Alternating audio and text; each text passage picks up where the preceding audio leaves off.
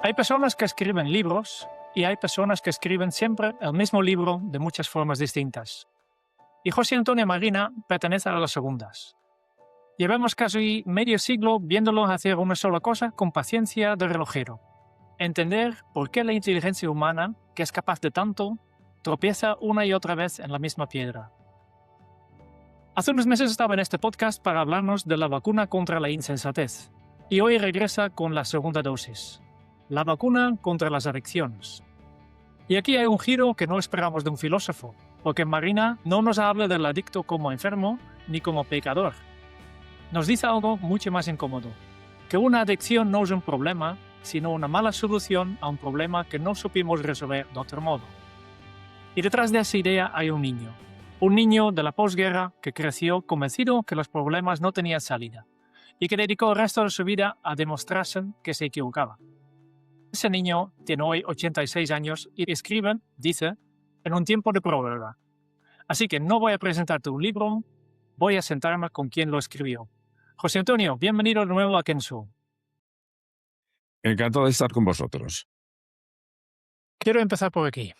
En tu libro escribes que dedicas estas páginas a tu cerebro, porque dices que es él quien las has escrito. Y por eso hoy no hablo contigo, sino hablo con los dos. ¿Por dónde quiere empezar tu cerebro? Bueno, vamos a ver si mi cerebro conecta bien con lo que tú le dices o si tengo que interpretárselo. No, hablando ya en serio, el dedicar este libro a mi cerebro es para llamar la atención de que cuando estamos hablando de educación o de adicciones o de comportamiento, si queremos comprender lo que pasa, no podemos quedarnos solamente en la manifestación externa, sino que debemos comprender la complicada maquinaria que hay por debajo y que si no la conocemos no vamos a entender lo que nos pasa. Es decir, tenemos un cerebro que es fundamentalmente biología y memoria, que en parte la hemos heredado genéticamente y en parte la vamos modulando y modificando mediante el aprendizaje. Por eso somos seres híbridos de biología y cultura, y la cultura es memoria. Este libro, como todo lo que escribo, es, entre otras cosas, una reivindicación de la memoria como gran función creadora y esencia de la inteligencia. Y por eso, para llamar la atención, es para lo que he dedicado el libro a mi cerebro, aprovechando una cosa que solía decir a mis alumnos más jóvenes: qué suerte tenéis de que vuestro cerebro sea más inteligente que vosotros. Sí, porque el asunto, Jeroen, es que no sabemos en realidad lo que hay en nuestro cerebro, y una de las cuestiones que tenemos que hacer mediante el pensamiento es averiguar qué hay en nuestro cerebro y presionarle para que actúe de la mejor manera posible. Pero fíjate que eso los niños pequeños ya lo saben muy bien, porque todos hemos dicho en algún momento: tómame la lección. ¿Qué pedíamos al decir que me tomaran la lección? Que quería saber si la sabía o no, porque mientras no se la decía a alguien, no sabía exactamente con qué se había quedado mi cerebro.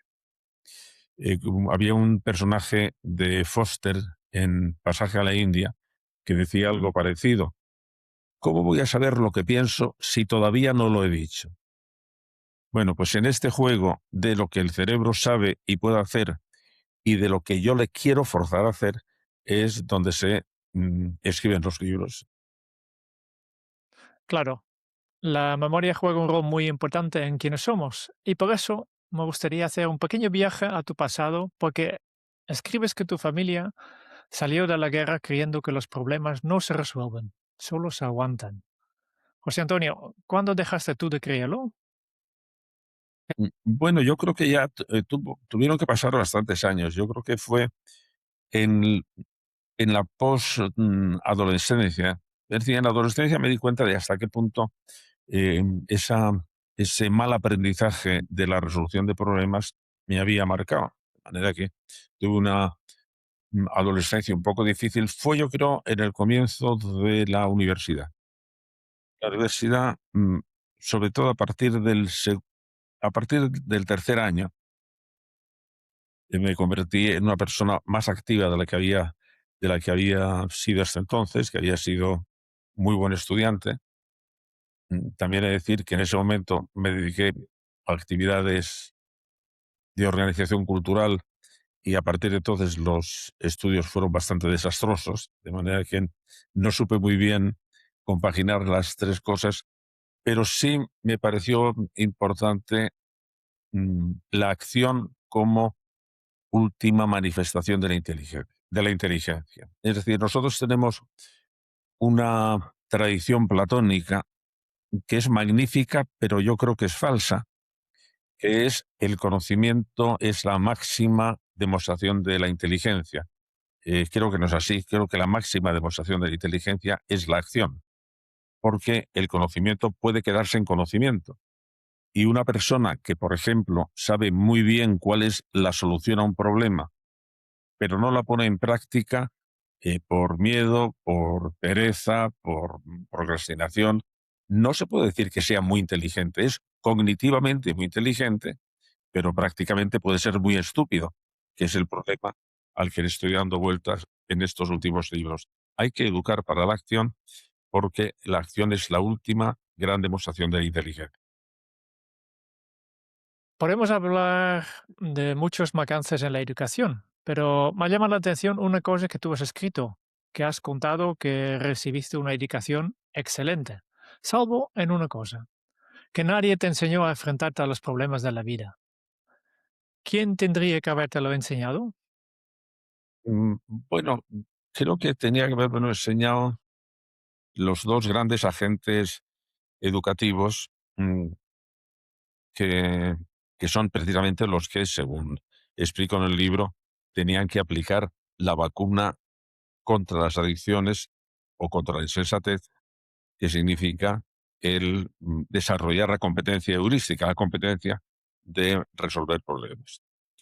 En primer lugar, tenía que ser la familia, porque los niños suelen aprender el modo de enfrentarse a los problemas, pueden aprenderlo de la familia. Hay familias que se enfrentan a los problemas y hay familias que rehuyen los problemas, que no quieren reconocerlos, que no se atreven a reconocerlos, que esconden la cabeza bajo el ala, que, que tienen miedo y que por lo tanto eso los niños lo asimilan clarísimamente. Entonces su postura ante la realidad es una postura más bien temerosa o de confusión, es decir, de ver que los problemas se enredan sin tener una solución clara.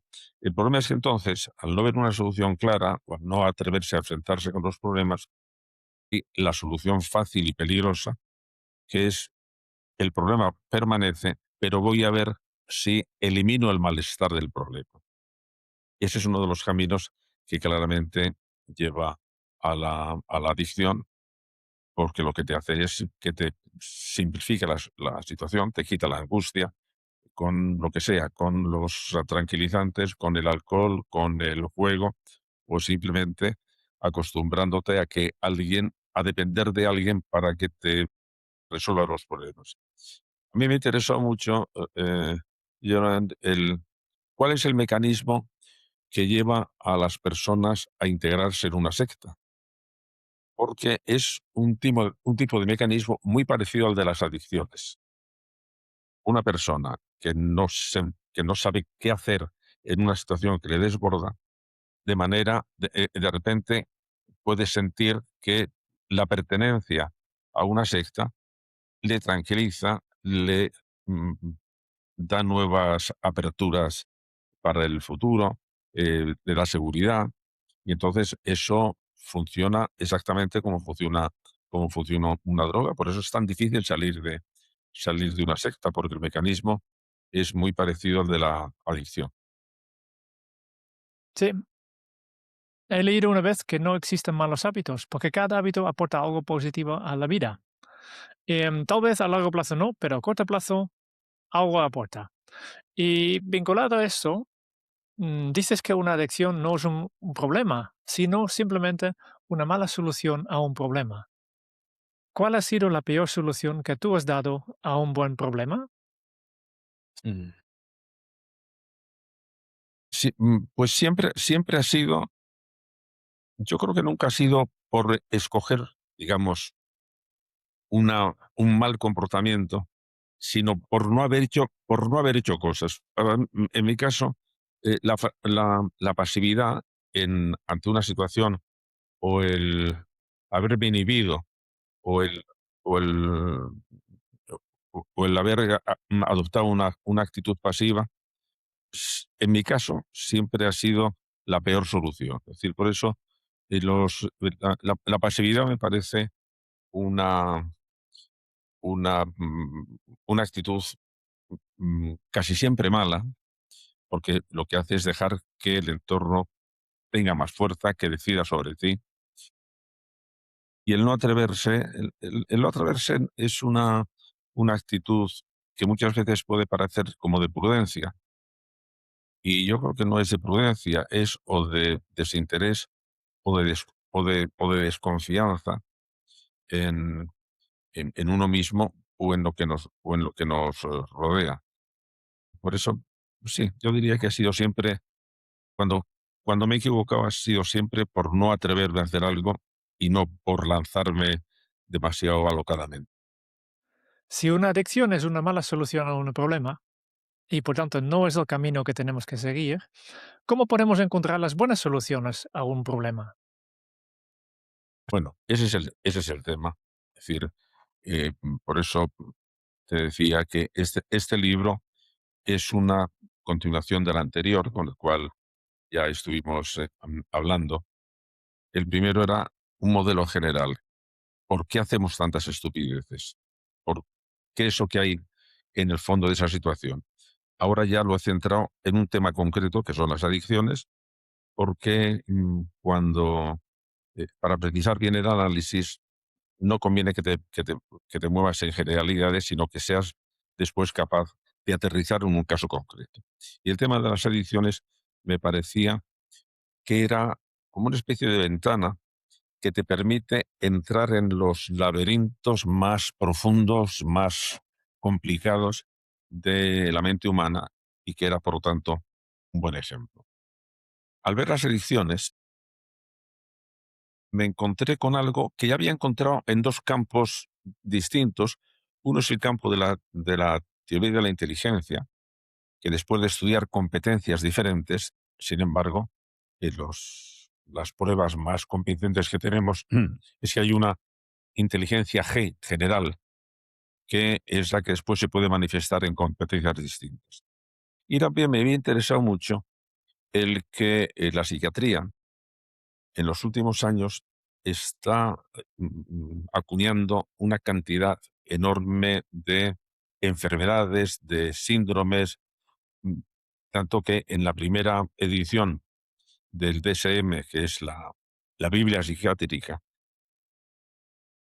ficaban solo 60 trastornos mentales, y en la última edición, que es la quinta, indica 300 enfermedades mentales. De manera que es como si estuviéramos en un análisis proliferante que nos está confundiendo demasiado, porque al mismo tiempo hay otra corriente que dice que puede haber también un factor P psiquiátrico que esté por debajo de prácticamente todas las enfermedades psiquiátricas.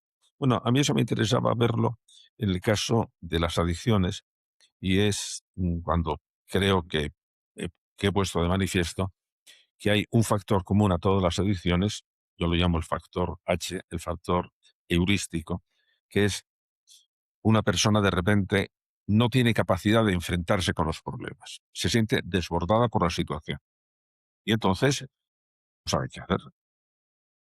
Ese es un fallo clarísimo de la inteligencia, pero es que la inteligencia, cuando la interpretas, como yo lo hago, como la capacidad de resolver problemas no solo teóricos sino prácticos, entonces la inteligencia manifiesta su riqueza y también sus contradicciones, porque hay una parte puramente cognitiva para identificar los problemas, para buscar las soluciones, pero luego hay una parte afectiva poderosísima que es la que te anima a seguir, la que te anima al contrario a retroceder, a esconderte o a emprender, y por tanto también forma parte de la inteligencia este componente emocional para tener ánimo para resolver los problemas. Y por último, lo que yo estudio en muchas ocasiones apoyándome en la neurología, que es la parte ejecutiva de la inteligencia, que es la capacidad de poder prestar atención voluntaria, de gestionar las emociones, de tomar decisiones, de inhibir los movimientos impulsivos. Entonces, el conjunto de esas tres dimensiones, la dimensión cognitiva, la dimensión emocional y la dimensión ejecutiva, es lo que constituye realmente la inteligencia. Y en las adicciones fallan varias de ellas. Puede fallar el que el adicto se equivoca al interpretar la situación porque acaba viendo que la droga es la única solución que tiene. Eso es un fallo cognitivo, pero también hay un fallo emocional porque quiere liberarse de la angustia, quiere liberarse del vacío, quiere liberarse del aburrimiento. Y por último, en algún momento del proceso que lleva a la adicción, ha empezado a perder sus capacidades ejecutivas.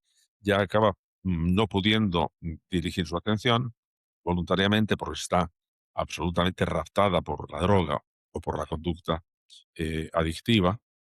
No puede tampoco gestionar las emociones, no puede inhibir la conducta porque la adicción se caracteriza porque son conductas muy compulsivas, de manera que imponen la acción.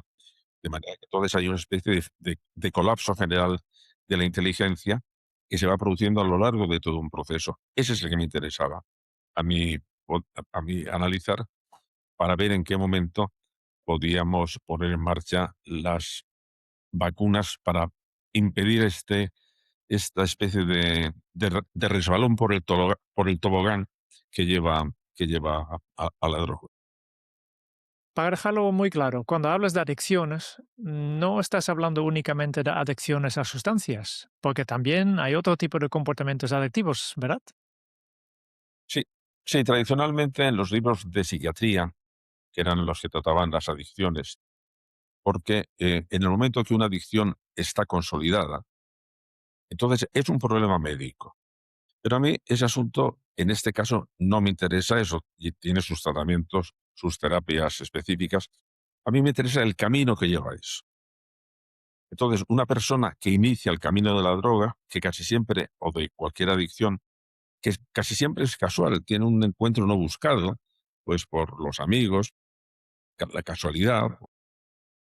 Nadie se levanta diciendo voy a hacerme toxicómano.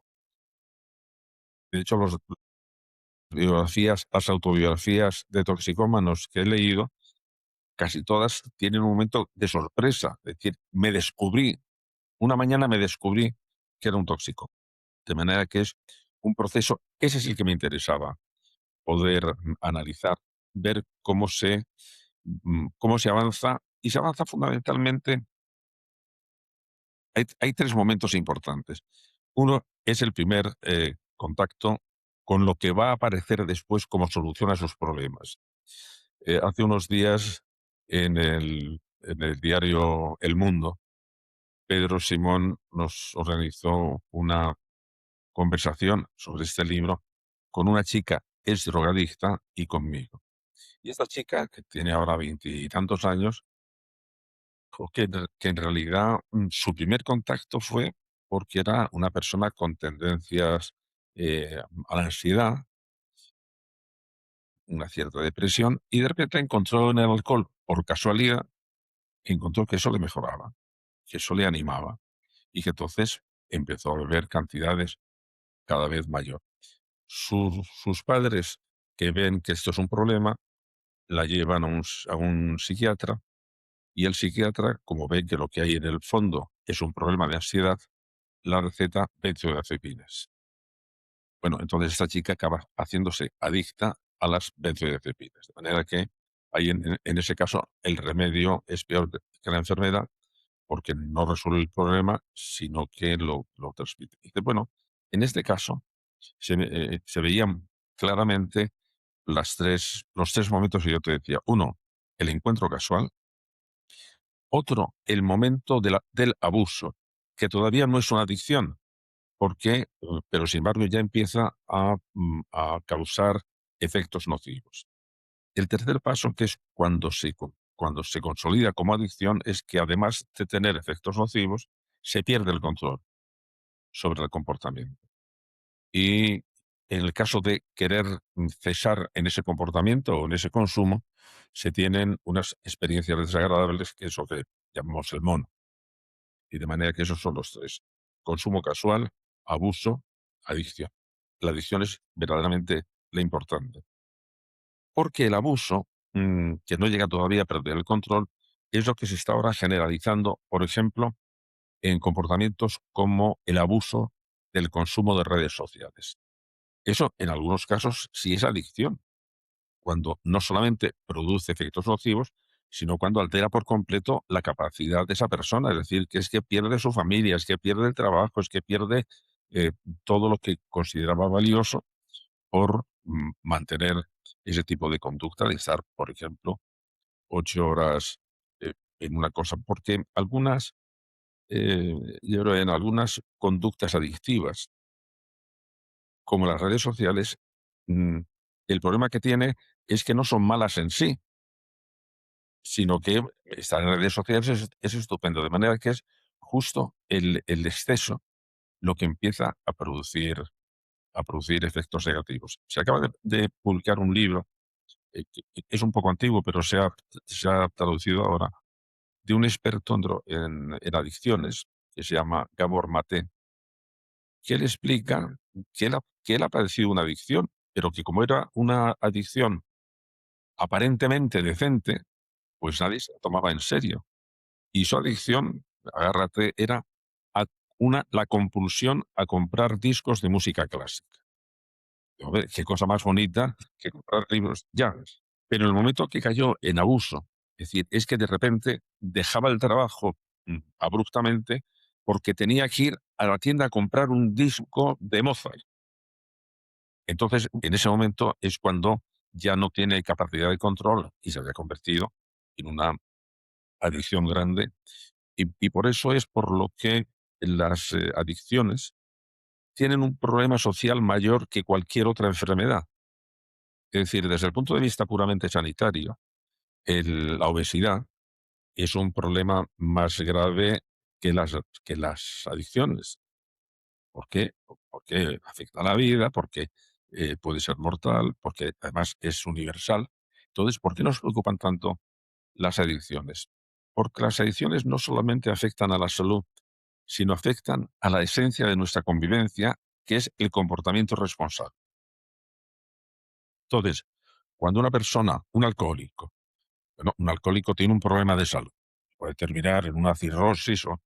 Ya, pero es que tiene otro problema, que es que la persona alcoholizada o la persona que está borracha pierde el control y entonces está en el origen de un porcentaje muy grande de accidentes de tráfico, en un porcentaje muy grande de violencia doméstica, y entonces ya ahí se convierte en un doble problema. No es solo la persona que bebe la que va a ver perjudicada su salud, sino que su entorno va a ser realmente perjudicado por su adicción. Y eso es lo que da una relevancia social a las adicciones que otras enfermedades no tienen.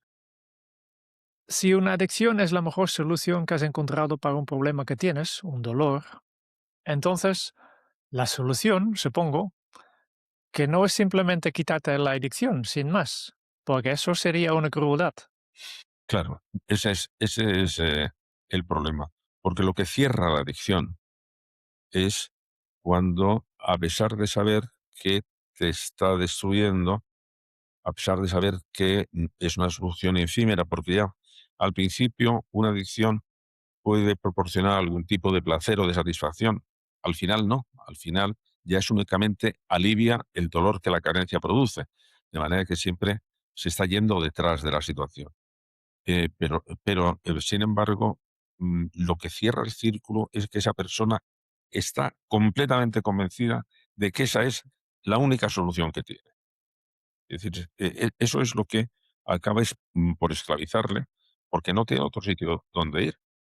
Fíjate que cuando se intenta convencer a una persona adicta para que deje la adicción, uno de los obstáculos que ve esa persona es, bueno, ¿y qué voy a hacer con mi tiempo? Porque el tiempo de un drogadicto o de un adicto en general se divide en dos fases. Bueno, en tres fases. Una, lo estoy pasando mal porque necesito la droga o necesito el comportamiento. Realizo ese comportamiento, con lo cual estoy en un momento de recaída y el resto del día estoy ya buscando la droga o cómo conseguir poder repetir el comportamiento. Y esas horas que se está pasando y que a nosotros nos parece, a los que no estamos en esa situación, nos parece que es una actitud vacía y angustiosa. Es decir, solo está viendo a ver cómo consigue la droga para cuando tenga la necesidad de tomarse.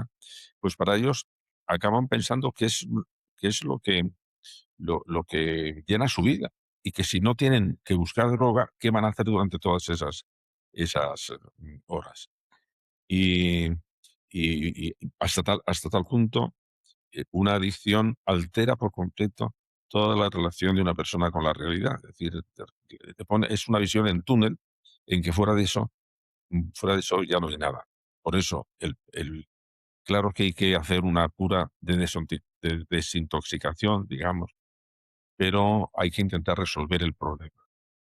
Por ejemplo, se sabe que cuando una persona se desintoxica, pero vuelve al lugar donde había contraído la adicción, lo más probable es que recaiga enseguida. Porque entonces empiezan a funcionar mecanismos asociativos muy potentes que están todavía resquebrajando su decisión, su decisión de no tomar droga. Hay una serie de conceptos en tu libro que a mí me llama la atención, que reivindicas la voluntad fuerte, reivindicas el carácter y también hablas mucho de la moral, una vacuna moral que es lo que propones. Y eso me hace pensar en lo que has escrito anteriormente, porque creo que durante muchos años la moral te pareció lo viejo, lo impuesto, lo aburrido. Entonces me pregunto, ¿qué te hizo cambiar de bando? Bueno, eso ha sido uno de los cambios más importantes que yo he tenido en mi evolución intelectual. Mis dos libros, Elogio y refutación del ingenio y Teoría de la inteligencia creadora, en los dos me interesaba, digamos, la parte más brillante de la inteligencia. Cuando la inteligencia hace cosas pasmosas, asombrosas, maravillosas, hace ciencia, hace arte, hace música. Entonces, no se me ocurrió en absoluto introducir allí mm, la moral por lo que dices, porque la idea que yo había recibido de moral era, como la de todo el mundo, una cosa más bien lúgubre, no era nada más que coacciones, eran normas heredadas, eran imposiciones, y además ahí no había creatividad ninguna, porque al contrario, lo que constituía el eje central de la moral es que eran valores eternos y universales y que no había nada que cambiar. Fue al terminar la teoría de la inteligencia creadora cuando me di cuenta que me había equivocado, porque había estado manejando una idea de moral muy pacata, muy mecánica y muy falsa. A eso no le interesaba a nadie. Entonces, al estudiar la creatividad, ya me había dado cuenta de que la acción creadora es una acción que resuelve problemas, que tiene un criterio de evaluación para resolver los problemas.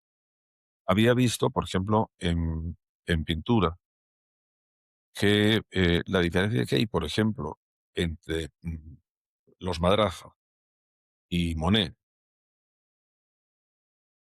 no es que uno fuera mejor pintor que otro, posiblemente los Madrazo eran técnicamente mejores pintores que Monet, pero la diferencia estaba en el tipo de problema que se habían planteado, en el tipo de proyecto que se había planteado y en cómo lo habían resuelto. Entonces, el proyecto de Monet era más interesante que el proyecto de Madrazo. Y es ahí donde estaba realmente la gran tarea creadora. La gran tarea creadora era la invención de fines, más que la técnica para, para resolverlo. Eso tiene importancia en este momento porque se vuelve a plantear el mismo problema. Para la inteligencia artificial no tiene capacidad para plantear fines, tiene una maravillosa capacidad para resolver o para alcanzar los fines. Entonces, ahí resulta que la gran creación estaba en la invención de los fines. Pero claro, entonces me encontraba con que lo que ha sido toda la creación moral es la creación de fines acerca de cuál debía ser la perfección de la naturaleza humana, de la conducta o de la conducta humana. Y que me había dejado, por lo tanto, el tipo de creatividad más importante, que era cómo la inteligencia humana ha diseñado en qué tenía que consistir la naturaleza humana. Y de esa última definición de la especie, quien se encargaba, mm, la moral, pero la moral de repente tampoco era válida, porque al estudiar las morales, ya se estudia pues cerca de 600 culturas distintas, me encontré con que los problemas que se planteaban en todas las culturas eran iguales. Yo solamente encontré 8 problemas que podíamos decir que afectaban a la conducta, a la felicidad individual, a la felicidad social y que por lo tanto podíamos decir que tenían entidad moral. Eran siempre los mismos, en lo que se diferenciaban las culturas es en que cada uno había dado una solución distinta, o por lo menos soluciones distintas. Y entonces eso tenía una ventaja, porque al estudiar las morales como distintas soluciones a un mismo problema, nos permitía comparar las soluciones, a ver si unas eran mejores que otras. Y en algunos casos estaba claro que eran mejores soluciones. Es decir, la mejor solución es, ¿cuál es mejor solución? ¿Le considerar que la vida humana tiene un valor distinto según tu procedencia o que la vida humana tiene un valor igual sea cual sea tu procedencia? Bueno, pues después de haber estado muchos milenios diciendo que la procedencia es lo que decidía, hemos ido viendo que el afirmar la igualdad de los seres humanos tiene muchas ventajas. Por eso, a partir de las morales, mi interés fue, vamos a ver si encontramos cuáles son las mejores soluciones que han ido poniendo en práctica las morales. Y a eso vamos a llamarlo ética, que sería una moral transcultural.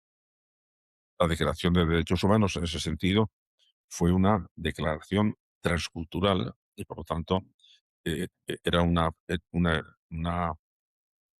manifestación de la ética.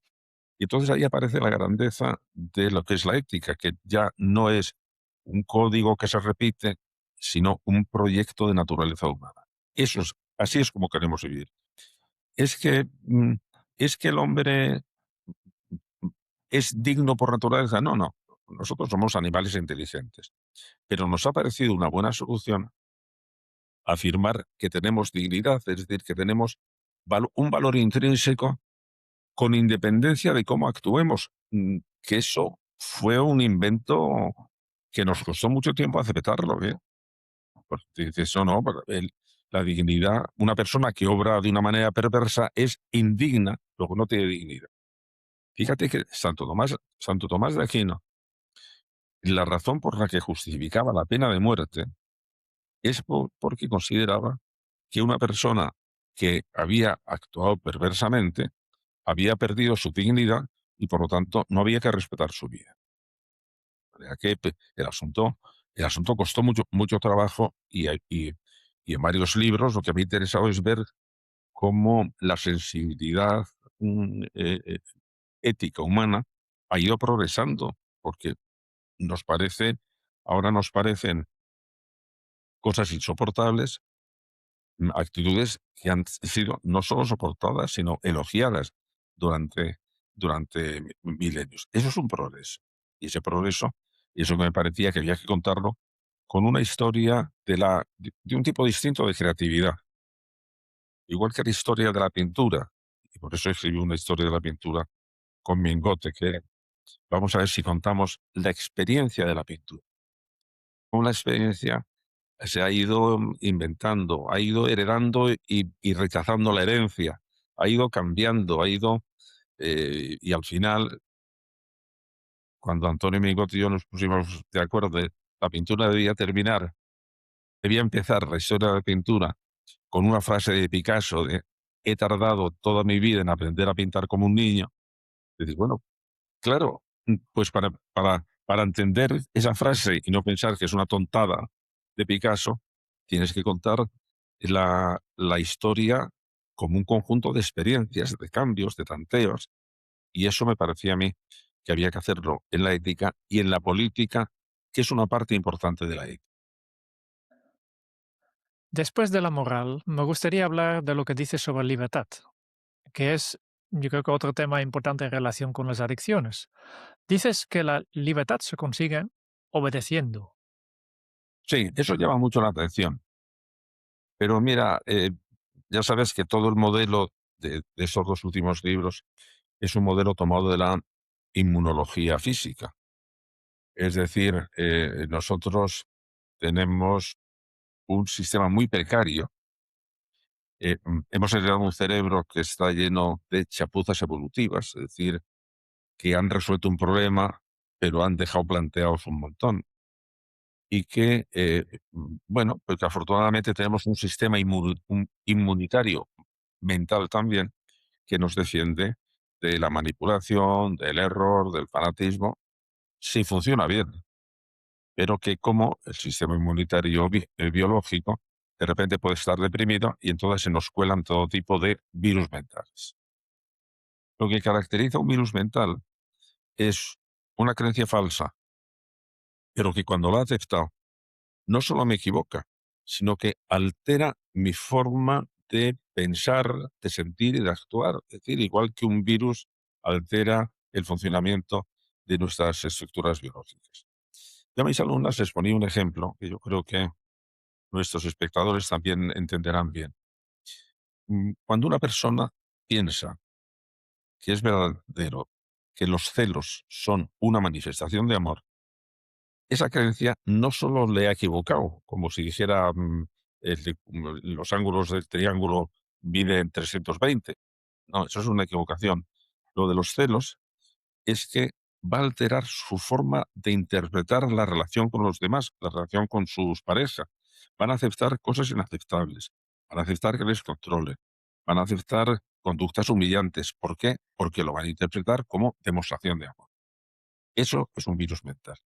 Bueno, pues hay un virus mental respecto de la libertad que dice lo siguiente: todos nacemos libres. No, eso es falso. Eso es un concepto jurídico. Es decir, nadie nace jurídicamente esclavo, pero no dice nada acerca de la libertad psicológica. Un niño no nace libre psicológicamente. Entonces, el proceso de ir liberándose es un proceso largo, es un proceso que tiene que ir construyendo las herramientas psicológicas de la libertad a las que tradicionalmente habíamos llamado voluntad. Pero la voluntad también se había colado como un virus, porque también era una facultad con la que nacíamos. No, ahora sabemos que es no una facultad, sino una serie de competencias y que no venimos de fábrica con ellas, sino que tenemos que aprenderlas. Y entonces pues, por ejemplo, la capacidad de poder fijar la atención forma parte de la voluntad, la posibilidad de inhibir el impulso forma parte de la voluntad, la capacidad de ir construyendo la memoria para tener, digamos, buenos sentimientos forma parte de la voluntad y todo eso se va a aprender. En el momento que hemos sido víctimas del virus que dice nacemos libre y además la voluntad la tenemos de nacimiento, no nos cuidamos de desarrollar la libertad o de desarrollar la voluntad y entonces clarísimamente ni somos libres ni tenemos la herramienta voluntaria para poder serlo. Hay que primero, por lo tanto, que detectar el problema y decir, esto se aprende, Y te voy a decir cómo se aprende y en qué momento de la evolución se va aprendiendo cada uno de los pasos o de los factores que influyen, primero en la voluntad y segundo en el resultado de la voluntad, que es el comportamiento libre. Bueno, yo creo que yo creo que así se comprenden mejor qué es lo que pasa, por ejemplo, en las adicciones. Una persona que realmente no haya desarrollado la voluntad va a ser muy vulnerable. Se le va a manipular con mucha facilidad, se le va a convencer. Y claro, ten en cuenta la cantidad de personas o de instituciones que tenemos todos alrededor nuestro que quieren que hagamos lo que ellos quieren que haga. De manera que todos están, a veces incluso con buenas intenciones, queriendo manipularnos, queriendo adoctrinarnos, queriendo incluso educarnos. Pero ahí sí me interesa destacar una cosa. La diferencia entre educar y adoctrinar es que mientras que la educación está adoctrinando al mismo tiempo que aumenta tus capacidades, el adoctrinamiento puro te está adoctrinando, pero restringiendo tu capacidad de reacción, haciéndote más vulnerable todavía. Pero los mecanismos pueden ser muy parecidos, únicamente que en un caso el sujeto se fortalece y en otro estamos construyendo sujetos claudicantes, que esos son los que son muy propensos a caer en cualquier tipo de dependencia. No tienen recursos. La educación tiene que dar recursos a la gente para que sea capaz de enfrentarse a esas situaciones. Claro, la libertad se consigue obedeciendo. José Antonio, ¿a quién te ha costado más obedecer? ¿A los demás? ¿A ti mismo? ¿O a tu cerebro? Bueno, en realidad tendría que decir que a mi cerebro, en el sentido de que toda educación lo que es una reestructuración de tu cerebro.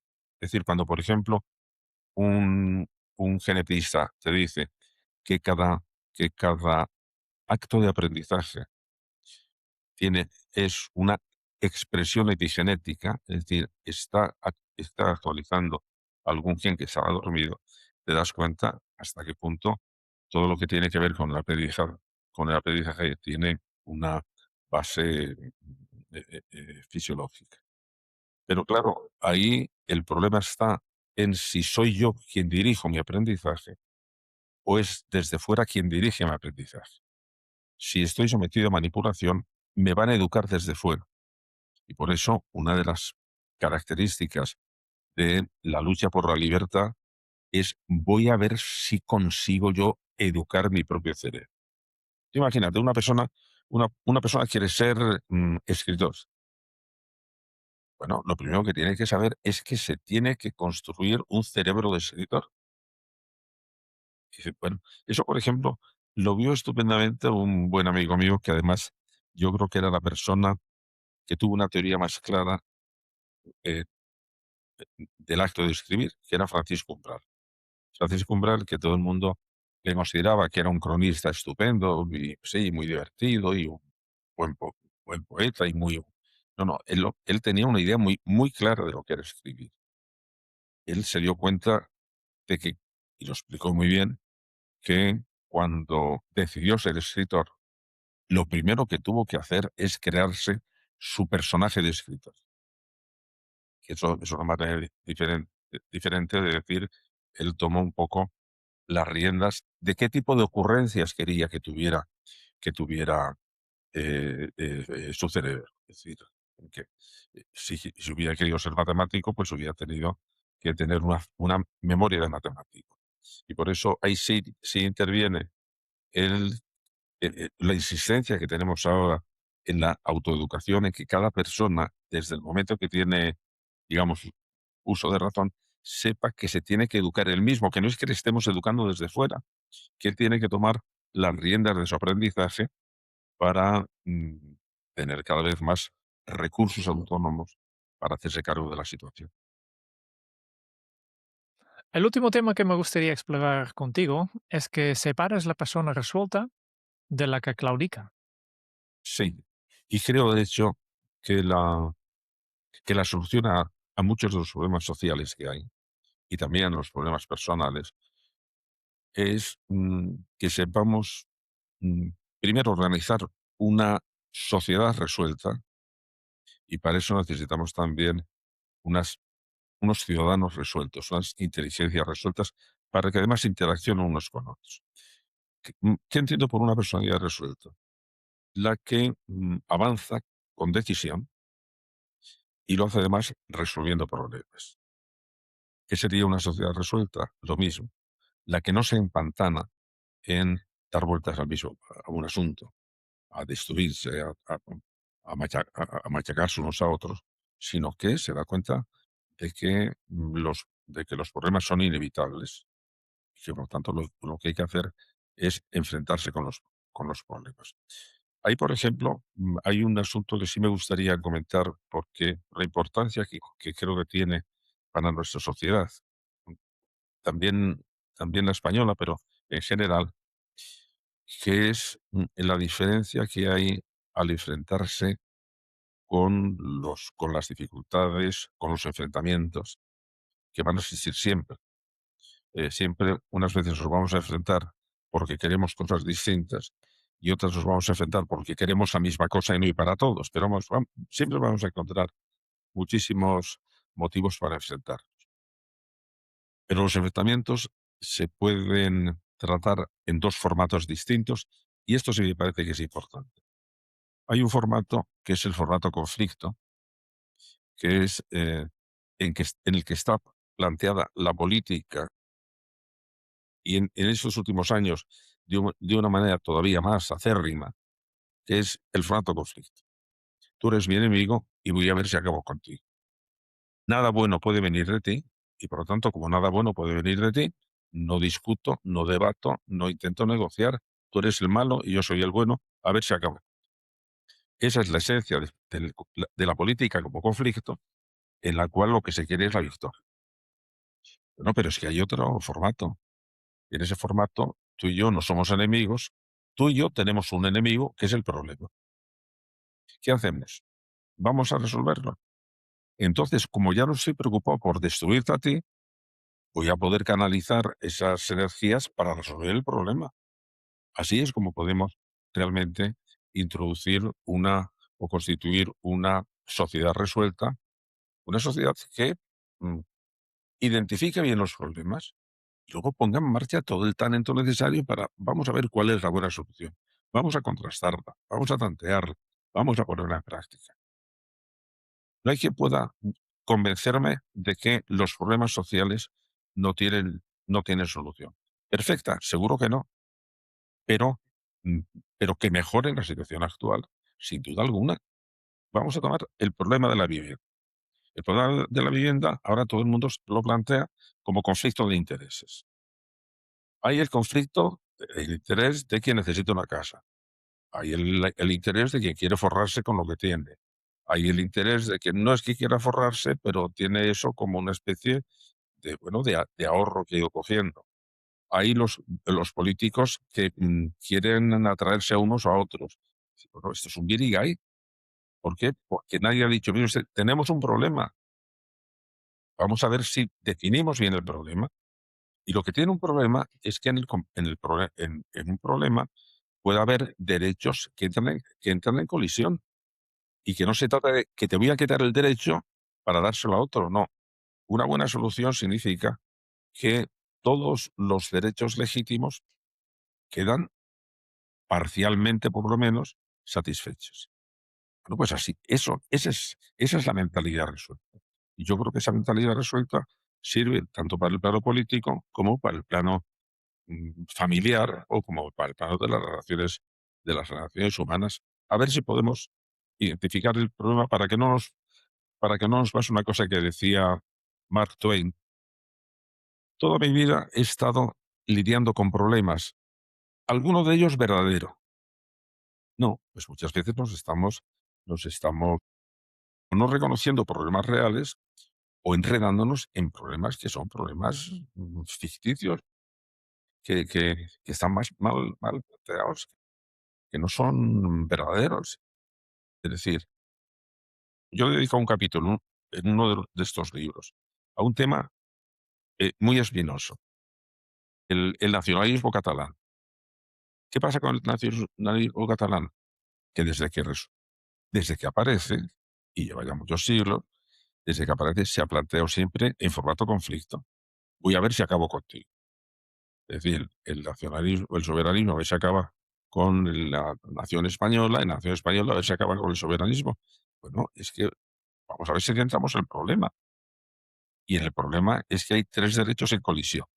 El derecho parte de los catalanes a decir que quieren ser independientes. El derecho de parte de los catalanes a decir que no quieren ser independientes. Y el derecho del resto de la nación, que lleva muchos siglos juntos, a decir, también tendré yo algo que decir.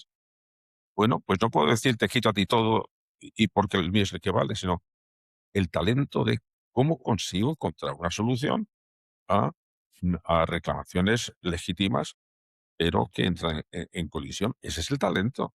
Lo otro es muy fácil. Así que yo creo que el, la moraleja de estos libros es si somos lo suficientemente inteligentes, resolveremos los problemas. Interesante. Esto cierra el ciclo con lo que has comentado al inicio sobre la importancia de llevarlo a la acción. Y yo también me gustaría volver al inicio. Hemos empezado con tu infancia y me gustaría, para terminar, volver un momento a esta adolescente que descubrió que los problemas sí tenían solución. Si te viera hoy, a los 86, escribiendo una vacuna para que nadie crezca tan inerme como crecía él, ¿qué crees que te diría? Pues, hombre, yo creo que yo creo que los dos diríamos la misma cosa. El, hay que dejar el pesimismo para tiempos mejores. En los tiempos complicados lo que hace falta es gente animosa, porque todos vivimos gracias a personas que en su momento fueron optimistas. Cuando todos los demás decían, esto es imposible, y ellos decían, "No, a lo mejor es posible. Vamos a ver vamos a ver si lo conseguimos". Y antes de pasar al cuestionario, Kenzo, una última pregunta que te ha dejado nuestro invitado anterior, Amarna Miller. Y su pregunta para ti es, ¿de qué manera reconcilias tu yo emocional con tu yo racional? Bueno, pues como todo el mundo mal. Es decir, pero yo creo que si hay que, si hay que ser humilde y astuto. Bueno, humilde en el sentido de que todos tenemos muchas chapuzas emocionales y astuto porque muchas veces no podemos enfrentarnos directamente a ellas, sino que tenemos que saber buscar las vueltas. Y la vuelta principal es un tema que no hemos hablado, que es una de los grandes instrumentos que tiene nuestro cerebro, esa posibilidad de adquirir hábitos. Porque cuando se adquieren hábitos, se adquiere una energía suplementaria que permite hacer cosas que sin el hábito no hubieras podido hacer. Yo había estudiado el hábito, la creatividad es un hábito, la cobardía o la valentía son también hábitos, la pereza es un hábito, y por tanto el asunto está, voy a ver si consigo adquirir los hábitos que me permitan, que me faciliten alcanzar los fines que quiero. En algunos casos es clarísimo. Si quiero escribir bien, tengo que trabajar mucho el hábito de escribir bien. Y eso, cuando se lleva a la vida, pues un poco lo mismo. Si no quiero salir corriendo a la primera, pues tengo que intentar alcanzar un poco de dureza o de resistencia. Ok, y para continuar la cadena, ¿qué pregunta le dejas a la próxima invitada o invitada de este podcast? Eh,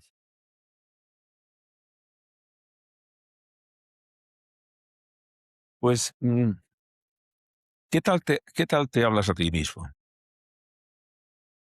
Lo del, lo del lenguaje interior es un tema muy misterioso al que yo he ido dando cada vez más importancia, porque si nos equivocamos en el modo de hablarnos a nosotros mismos, de explicarnos las cosas, de juzgarnos, como lo hagamos mal, hemos caído en una trampa para osos, es decir, es que no hay salida, porque estamos toda la vida hablándonos con nosotros mismos. De manera que le preguntaré a eso, ¿qué tal, qué tal se habla, qué tal se habla a sí mismo? Bueno, y luego me lo dices. Muy bien, sí, pasaremos esta pregunta y te contaré la respuesta. Y con eso solo nos queda el cuestionario Kenso. Preguntas rápidas que siempre tenemos al terminar esta entrevista. Y la primera pregunta que tengo para ti es, ¿qué pregunta te gustaría que te hicieran más a menudo? Mm, ¿Qué pregunta?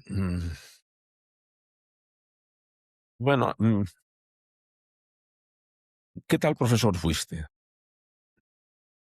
Se la suelo hacer a mis alumnos y yo no sé si me dicen la verdad. Si pudieras poner un cartel gigante en tu Toledo natal, ¿qué diría este mensaje? Mm, Pues un mensaje muy elemental. Eh, mm, Haz que tu ciudad sea una ciudad inteligente. ¿Cuál ha sido el error más valioso que has cometido? Bueno, posiblemente fue dedicar 2 años al teatro, que fue clarísimamente un error, pero, pero que luego me sirvió para muchas cosas. Pero fue un error, ¿eh?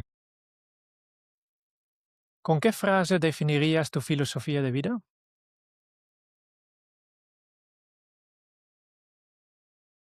Bueno, pues con una frase que en realidad no es mía, porque yo la tomé de Max Aub, que fue un escritor fracasado, un gran escritor, pero un escritor que no tuvo éxito, y que dejó una frase para su epitafio, que, bueno, que me parece una buena guía de vida. Lo que quería que pusiera en su tumba es: hice lo que pude.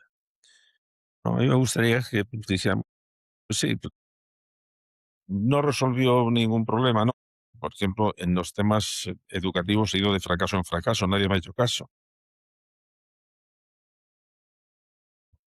Por lo menos que se me reconociera, sí, pero hizo lo que pudo. ¿Qué creencia tuya de hace 20 años te parece hoy una insensatez?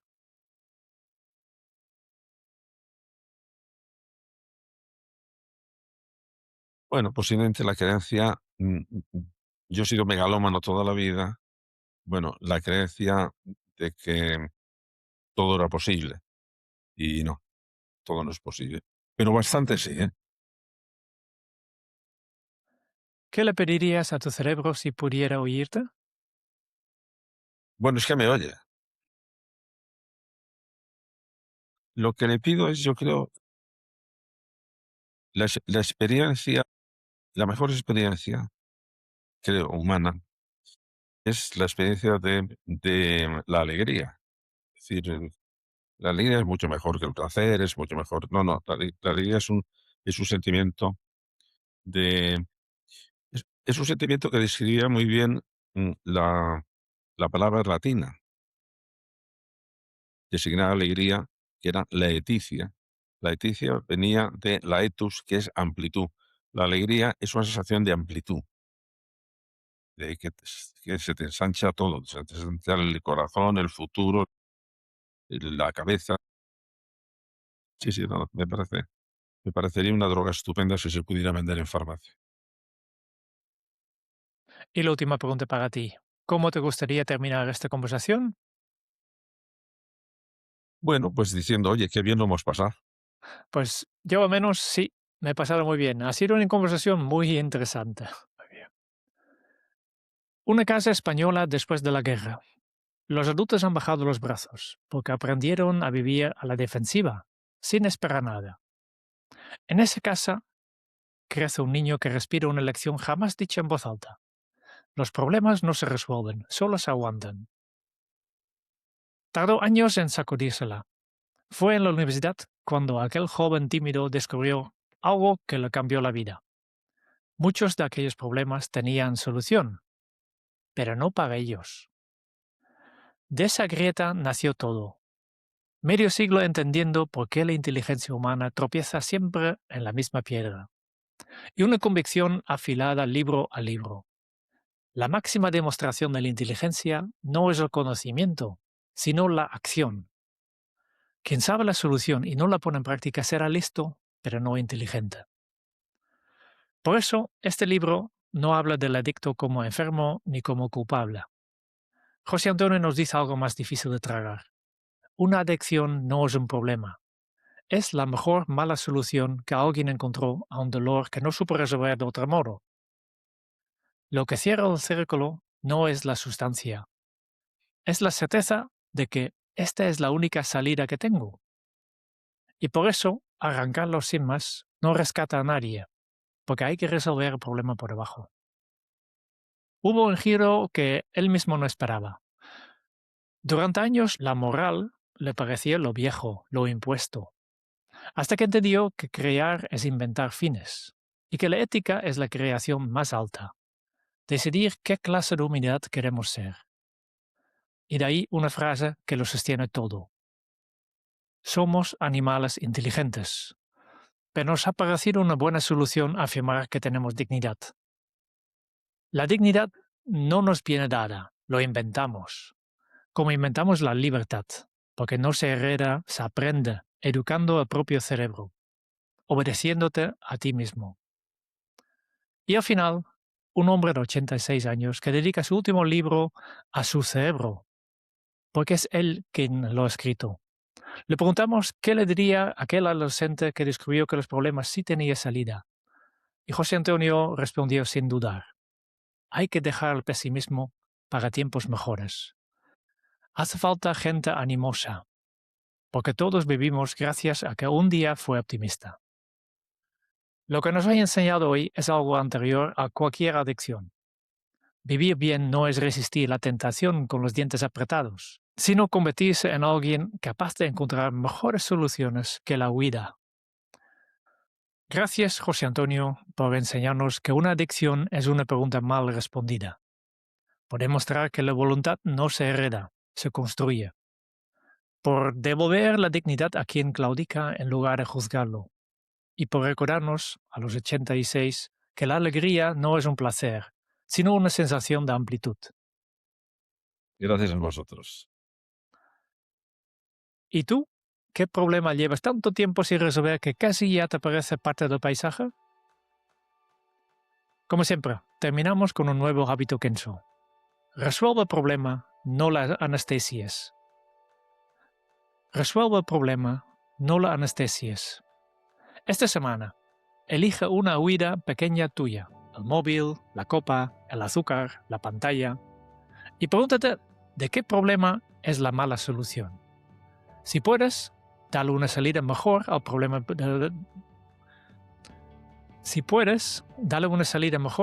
de debajo. Si no puedes con todo, pues dale solo el primer paso y deja que la huida espere.